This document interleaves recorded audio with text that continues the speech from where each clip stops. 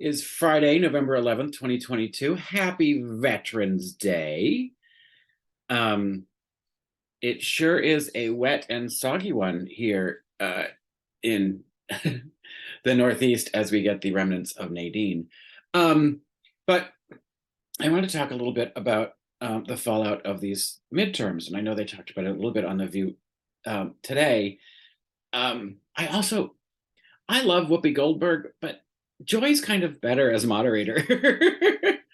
um, she lets things be a little more free flowing, and she doesn't fuck up the teleprompter as much.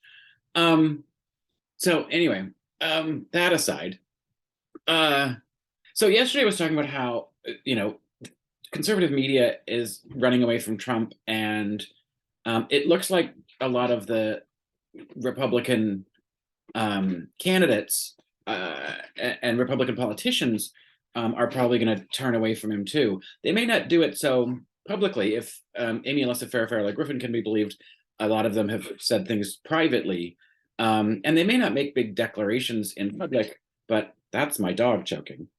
He's not choking. He's just, I don't know what he's doing.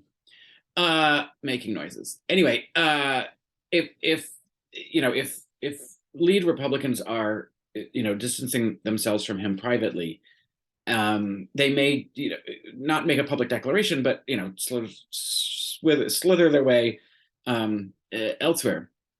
And the thing is, he's not going to go away. And that, I don't know if I made this point yesterday or not, but this could ultimately be a good thing for the Democrats, and really sort of be the end of the Republican Party, because if he holds on to his cult, which is a significant portion of the Republican Party, he may still have influence in the primaries. And it's going to depend on the specific areas and what their makeup is and how popular he might be in any particular area. But there may be enough maggots in his cult that swing the primaries toward his candidate, who can't actually win in the general election because they're too extreme, which would hopefully then leave room for the Democrats to gain some traction. But if it continues in that way, and he continues to hold on to his cult, assuming he doesn't go to jail, which is what I would prefer, he may just fracture the Republican Party to the point where moderate Republicans and Republican politicians who don't want to be associated with him have to sort of come to a new coalition, which would be, the dream. The Republicans are already a smaller amount of the population than Democrats. It's just because we're gerrymandered to fuck, and the Senate is monumentally unfair. We don't, we don't. The number of people voting for Democratic representatives are not actually reflected in the number of Democratic representatives that end up in the Congress. So maybe, I mean, that's a long-term fundamental shift, and I don't know if the Republican Party would have the wherewithal to do it. But if Trump holds on and he keeps that base, they may have no choice, because they're going to want to distance themselves from him. Although if his candidates keep losing, I don't know if anybody's going to want his endorsement anymore. Who knows? It's hard to say what's going to happen.